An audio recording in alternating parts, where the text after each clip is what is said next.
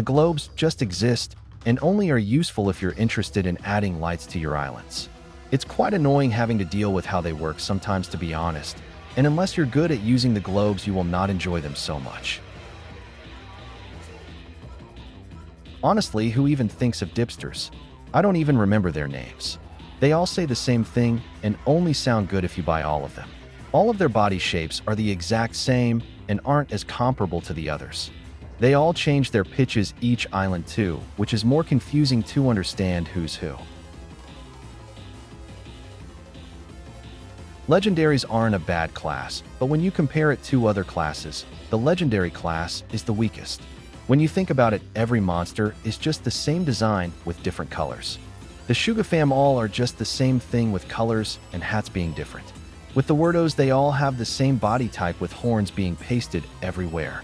This class is honestly all over the place, and it's quite confusing.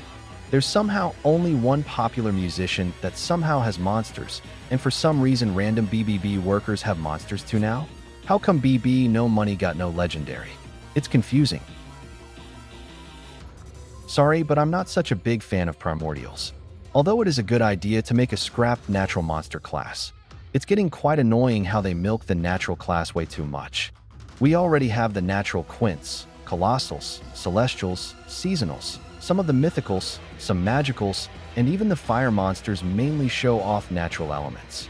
It would have been better if we had scrapped elementals instead, and eventually we could have gotten a new island where Zero tries to make the scrapped elementals a success, but instead we just got a natural rehash. The monsters aren't bad though, so that's the good part. Now we are heading to the ones that are pretty hard to judge. Ethereals are very unique. I love how they connect to their natural elements in some way. Although one thing that bothers me is that some of the workshop monsters were just sound effects or weren't being put to their full potential, otherwise not a bad class. The mythical class is pretty cool. The idea of dreaming up your own monsters was a wonderful idea as well. I'm not a big fan of majority of the monsters being animals though, but otherwise it's a good class with a great island song. The natural class is a good way to introduce new players to the game. I don't see anything wrong with majority of them. There's not much to say about them otherwise. The fire class is honestly a natural 2.0, and yes, I know fire was a natural element, but what I mean is that majority of the monsters don't exactly show off the element of fire. And I know that in MSM terms fire means primal, but I'm not gonna lie, they all look like a much better form of the natural class in general.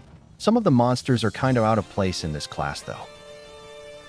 Seasonals are a good way to give more of a story to the monster world.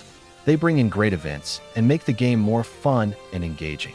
Although I'm not a fan of some of the elements they chose for this class, it's not that big of a deal at the end of the day.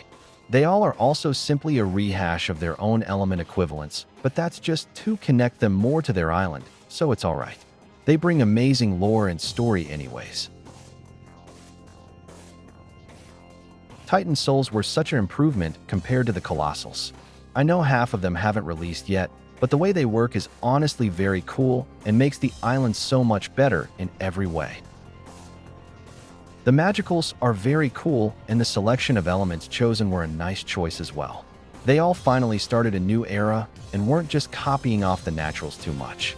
They all have their own lore, and that's what's great about this class. I hope we learn more about them. For some reason, a lot of people hate the Celestials. In my opinion, I think every single monster on the island is good in the same way. The idea of them having their own months and basically being quote-unquote gods is something that I enjoy about this class.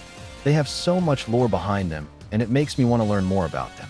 And I'm going to be straight up honest, they should have made these guys the creators and not the Colossals, because the Celestials are far more interesting in my opinion.